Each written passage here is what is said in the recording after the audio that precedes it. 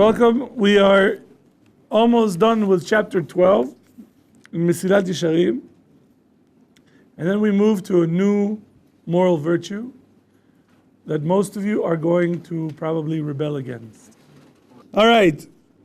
Tells us the Ramchal in chapter 12 that really the only way, not the only way, but probably the best way that we can acquire the moral quality of nikiyut, of cleanliness, is through studying two types of bodies of knowledge. One is halacha, and the other musar. What's musar, David? Musar? Yes. I don't know the exact definition. It involves self-improvement. Self-improvement. Yes, Alex. Isn't musar when you go like, because I remember it being like when you go and trying to have a conversation with God, kind of. No, musar is working on your moral character. And the way that we learn musar is by reading the teachings of the rabbis and the teachings in the Torah and the Tanakh. The Tanakh is the Hebrew Bible, right? The Torah is the first 5 books of Moses, which are Bereshit, Shmot, Vayikra, and Dvarim. In English, for those of us who can't read the subtitles in Korean. Binyamin didn't get it, by the way. He didn't catch that. Subtitles in Korean. Oh, you got it, good. Right, so what would it be in English? Genesis, Exodus, Leviticus, Numbers, and Deuteronomy. All right, and then then you have Nevi'im, the prophets, which is Joshua, Judges. You want me to do all of them? I'm not going to do everyone for you. What? Then you have Joshua, Judah. There you go. So we have Judges, Joshua, Samuel. Then after Samuel we have Kings. After Kings we have Isaiah. After Isaiah we have Jeremiah. After Jeremiah we have Ezekiel. And after Ezekiel we have the book of 12, which are 12 prophets that I have not memorized in order. I am sorry. I know the first one is Hosea. So the Tanakh is full of stories of people that we can learn from how to improve our moral character. And that's how we learn to acquire the meaning of cleanliness. What causes us to lose our moral character of cleanliness? What do you think it would be? Debauch, physical acts. No, it's not physical acts. It is simply not knowing the laws and the musar. If you're not learning, you don't know what to do and what not to do. Because there are lots of situations that you're going to find yourself in that you're not going to be sure what to do. You're not.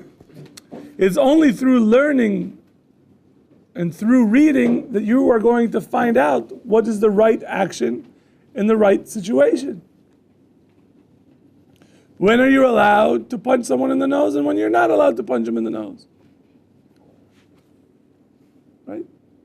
Do we need examples? Or you can figure that one out. When are you allowed? What? When are you allowed? Only when someone's about to hit you, right? Well, you're allowed to defend yourself, but you also, there's another idea, that if the person is endangering other people, and then you can, in order to protect them, you can use force to stop them. But don't take that on your own. Relax. How about this speaking bad of Judaism or Hashem? No. Okay. Now we enter another part, a really completely new area in Mesilat Yesharim, which is the moral quality midat haprishut. How are we translating the word prishut for those of you who are following the simulcast in English? Italian baking? No. Permission?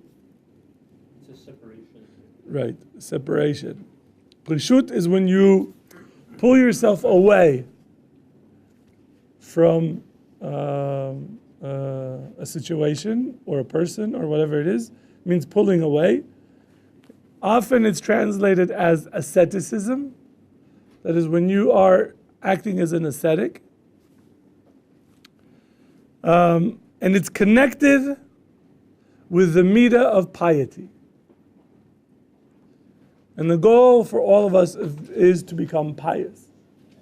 So we will get to piety probably around Pesach. It's a joke. Piety. Chassidut. What do you have? For which one? The first sentence says, Aprishut itchilat chassidut. Saintliness. It's really piety. It's not saintliness. Saintliness would be the saintliness. The word is kedusha, and we're not there yet. So he says that in order to get to become a tzaddik, what is a tzaddik? Someone who's righteous. Someone who's righteous, saintly, holy. You have to have the three midas that we talked about earlier, the moral virtues that we talked about earlier, which is you have to have carefulness, you have to have quickness, and you have to have cleanliness. Yes, Jeremy. When you talk about carefulness, I guess like maybe like the more of the definition of the word that's representing, or the word that represents. Also, like we were talking about, I guess just in passing about like if your heart means well, God takes account for that, and if your heart means bad, you don't actually fulfill that intention, then you're not accountable for that. But as like trying to be a quality person, like how far do you hold yourself accountable for that internal struggle? Like if you want to manicure yourself to have good midos, like we're talking about. Like, The question you're asking is, are there mitzvahs with regard to thinking? Kind of. I'm more talking. But the about idea how is far back do we go in and of ourselves? Well, I don't know how far back, meaning in time-wise or causality-wise. In our mitos, like how far do we push back in the struggle to like? You should accept the control struggle? 4 things: thoughts, feelings, words, and action.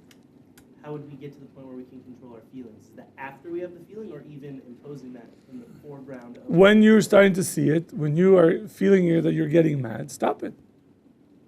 You have to train yourself. Right? You could, how? It depends on what the situation is. But, first thing is, change your bodily posture. Are you getting mad now? You change your bodily posture, fake a smile. Because when you fake a smile, you will smile really. And then say the following phrase: not my circus, not my monkeys. And you'll smile again. Like when something crazy goes on that is driving me nuts, I do that. I change my bodily posture, I take a breath, I smile, and then I say something along those lines. And it helps me. Does it work for you? I don't know. You're going to have to try. But the point is, the source of the anger, again, which we talked about a few times ago, the reason you're getting angry is because you believe that the world has to go according to you. But this is not your world. It's not your circus, and you're not the ringmaster. The ringmaster is God. And if he wants this monkey to jump on your back, then the monkey's going to jump on my back. So I have to understand that I just got to go for the ride. Because this world is not about me. It's not. You're ultimately saying let go. Just I'm not saying, it's not Seinfeld, serenity now, right? Serenity now. But the idea is that, yeah, you have to be aware, develop an awareness of your feelings, understand where they're coming from, and what is the implication. The implication of anger is that you believe that the world has to go according to your own will. But clearly your mind is going to say, the world doesn't run according to my will. And if it doesn't run according to my will, then I should not get angry. But there are some cases where anger can actually help, right? No. In the case where anger should help, then fake your anger. Don't get angry. Fake it. Like to look at the kid and say, "Did you just spill that milk?" "Yes, I did." "Don't do it again." "Okay." Got him. Right? You don't get angry. There's no reason to get angry. You're going to be much more effective, much clearer, much better at handling whatever the situation is if you do it without anger. So if there's a case where you need to fake anger, then you fake it. But there's no reason to get angry. Right, Ian? Tranquilo. Just. I don't know what is there to get mad about. Oh yeah, I know. I'm telling you, if my wife watched this, she said, "What are you selling? You always lose your temper." "Me? No, it's not my monkeys." La la la.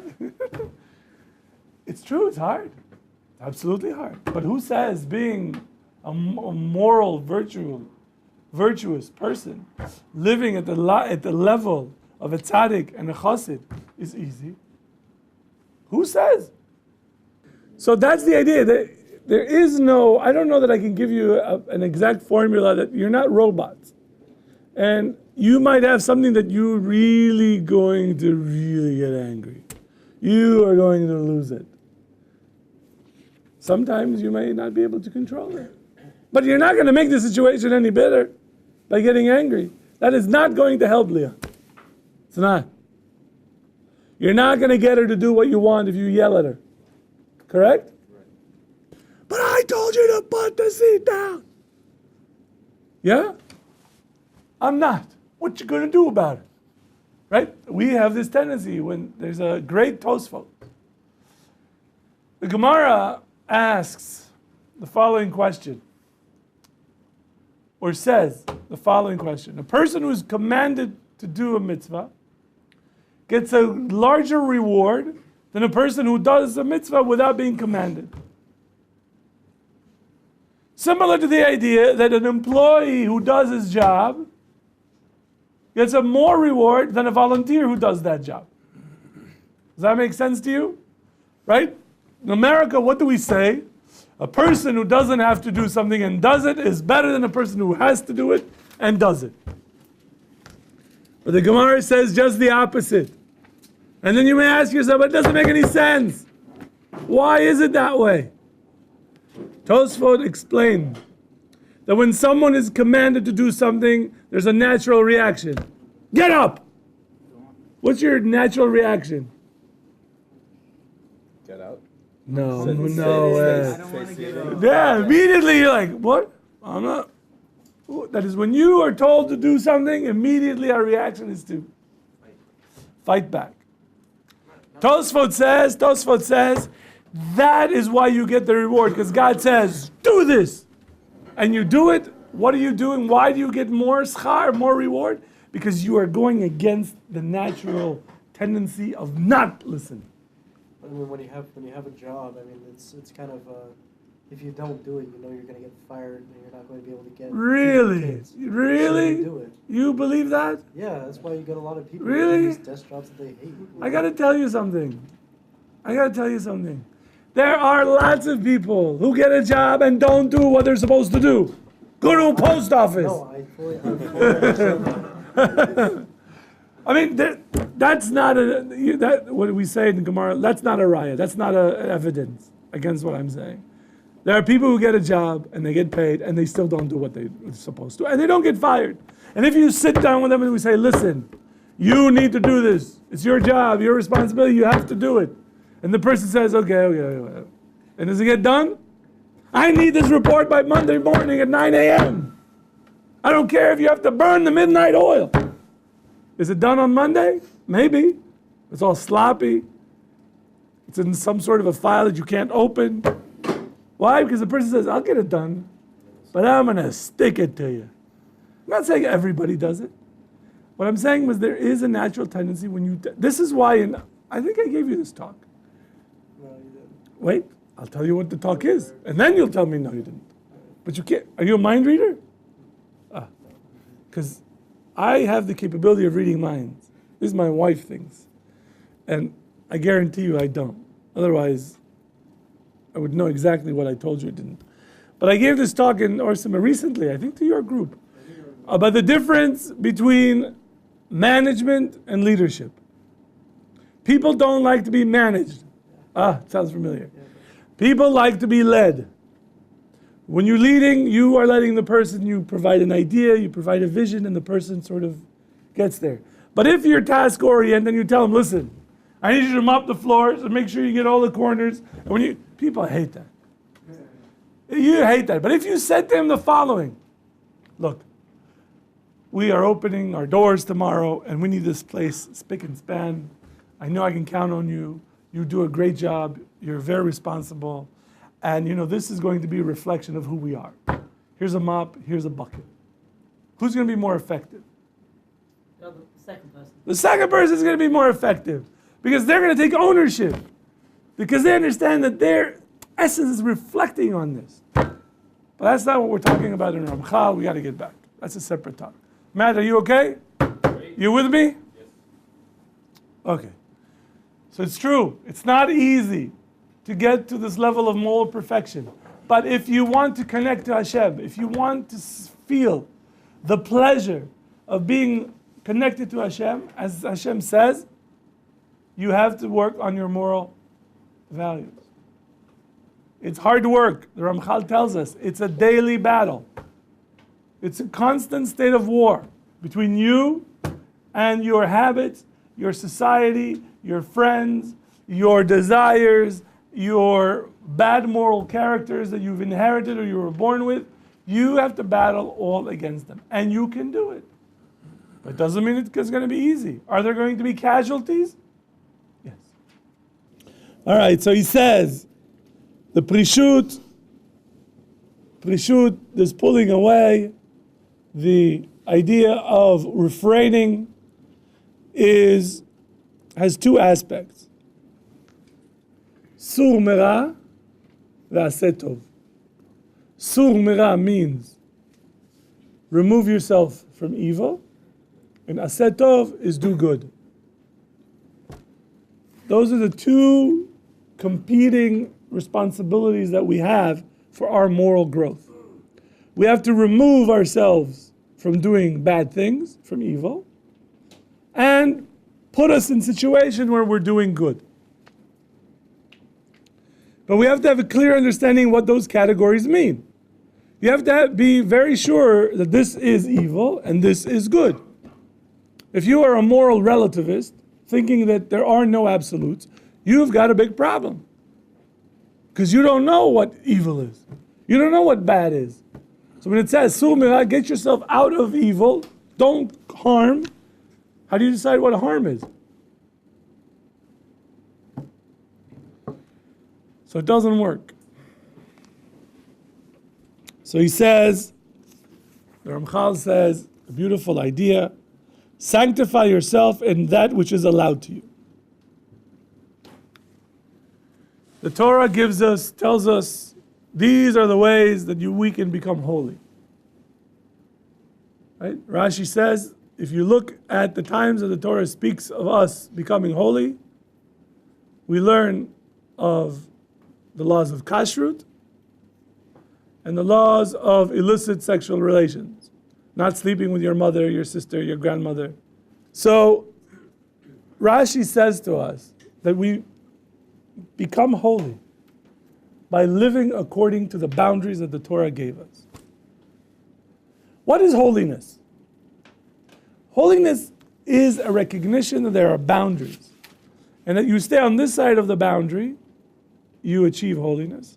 You cross the boundary, you are in what is called the realm of the secular.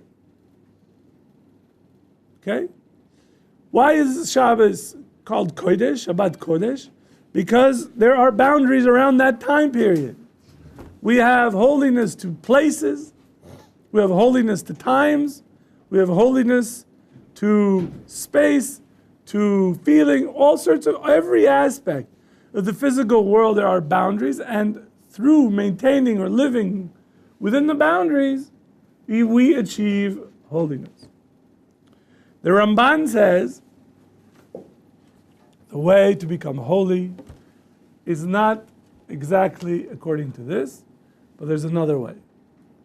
That is, it is not following the boundaries of the Torah put on you, but rather creating boundaries within those boundaries. Why? Because the Gemara and the Ramban quotes these Gemaras and says, a person can become drunkard according to the laws of the Torah. The Torah allows you to drink wine. So I follow the boundary of the Torah. I always just drink kosher wine. There's some really good scotch I hear. I don't drink. I don't know anything about this. I went to the airport and they have the duty free and they offer you scotch. I said to them, listen, I don't know, this is a 400. I said, don't waste your money. Just, you want to give me something to drink, give me a Coke. I don't understand these things. They all taste like, nail polish remover. Did you drink? Do you know how to drink? Yes? No. Does anybody here know scotch? There's a guy I know in the Beis Midrash that is a professional whiskey taster. He knows, he will tell you what is, what are you laughing? Because I know him. You do? Yeah. Oh, really? I think so. If we're talking about the same guy. Yeah, well, I don't know how many there are. I didn't know that that's such a profession. But for me, if they hired me, it would be the worst job for me. Taste this. Fine. Whew. Can I have a Coke? So a person, according to this, could become drunk every night from wine, because the wine is kosher. Also, says the Ramban, a person can be with his wife every night. Like a rooster with hens. And that's not the purpose of the Torah. This is what the Ramchal is talking about. The Ramchal is talking about identifying and creating boundaries within the boundaries that the Torah allows, so that we reach higher levels of Kedusha, of holiness. And this is the Midah of Prishut. Because he says to us, Kadesh atzmecha b'mutar lecha. He says, sanctify yourself in that which is allowed to you, that you are allowed to use. And this is the meaning of the word, Prishut, that you distance yourself from the thing that you are allowed to use. Do you hear the difference? So the Ramchal is saying you need to create a boundary within the boundary. Are you allowed to eat steak? Yes? No. Wrong. Are you allowed to eat steak? Under what conditions can you eat steak? Kosher steak. If it's glad kosher steak, can you eat it? Should you eat it? Why not? Should I eat it every night? 7 of them? The point of the Ramchal is saying no. The fact that you can eat it, it doesn't mean that you should. It doesn't mean that you should. Why? Strengthens you. Because the question is, who is in control? You or your urge to eat? Somebody says, here, it's a beautiful kosher steak this size. And it's unbelievable. Or, I don't know, pick your poison. You get a bucket of pistachio ice cream with a touch of mint. Chocolate chip. That's not a reference to anything but the actual... Somebody gave me that. Somebody said, pistachio ice cream, but what if you add a touch of mint? I said, oh, chocolate chip mint? That I can't resist. So, does that mean that you can, and it's kosher, chalav Israel, there's no problem with it. Does that mean should I eat 4 gallons? Too much. Who decides it's too much? You. Me. The point is that you should control it. This is what he's talking about, that we should distance ourselves, that even things that are mutter for us, things that are okay. Why? What's the purpose of this? Why do we need to do it? Self-control. If we don't have self-control, because when we have something that is forbidden to us, we will cross the line. We'll cross the line. But the key is to know what boundary is that you created and what is the boundary of the Torah and what the gap is. Because if you confuse those, you'll be in big trouble. Dimitri. I was just going to say that I don't think the concept is to advocate denial of your desires, but What? to have, well, there's a difference. Well, I was going to point out a subtlety, Okay. if you don't mind. The difference is not to abrogate all your desires, but to work on changing what you desire. So That I don't know that I necessarily would agree because of chapter 11. okay. Because there, midat hanikiyut, the cleanliness is to remove desire altogether. Desires for things that you shouldn't have. Or Yeah. not all desires altogether, you should desire good things. Okay? But I'm just Yeah, making- we're not Buddhists. Right, I'm just making a point Yeah, that yeah. it's not denial, it's not asceticism, as we said before. Yeah. It's not saying I'm not going to eat steak because I think by denying myself pleasure, I really want to, but denying myself pleasure is good for me. It's like whipping your stick, self-flagellation. We're not into self-flagellation. Correct. We're into saying that there's a reason why it's not good for me to eat steak, and I have to start buying into understanding Right. the concept behind that reason. Very good. Then- That I can agree But with. that's a fine point that I think there's saying. Well, that's why he said that the whole point is the kavanah bazeh, the purpose of this, is that a person should not come to cross what is forbidden. But not even getting close. Yeah. Yes. Okay, I really like barbecue pork ribs. Solve that problem. You want me to solve the Well, problem? give me suggestions, like without.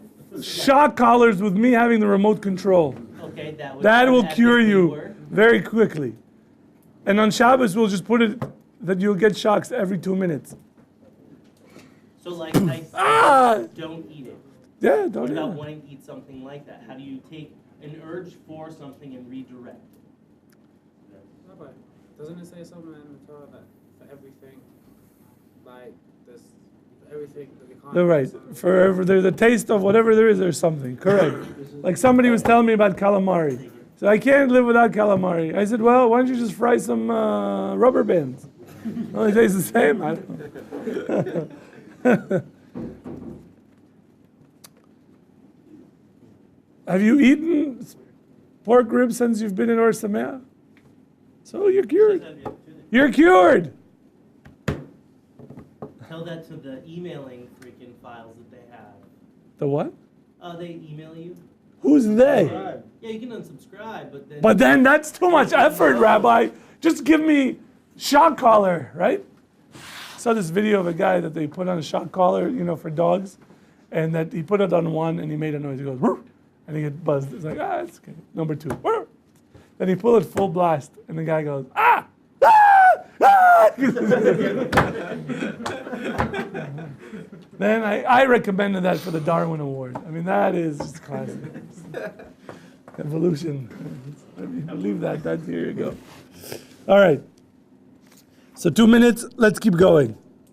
So he says, if there are 3 levels in what we're talking about, there are the Issurs themselves, things that were forbidden by themselves. We should be aware of that.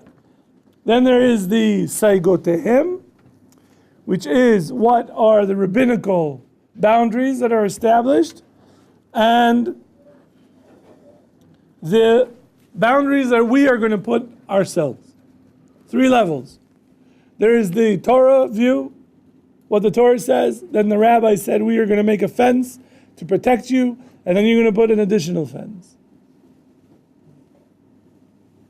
And you have to be aware of what fence you put in, what fence the rabbis put in, and what is the actual Issa. That is the Raisa and the Rabbanan.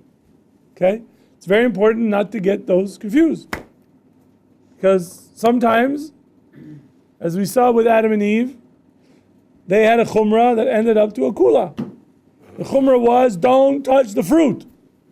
She touched it, and the serpent said, you're going to die. She says, I didn't die. She's like, okay, then if I'm not going to die, then it means that I could also eat. And the rest is history.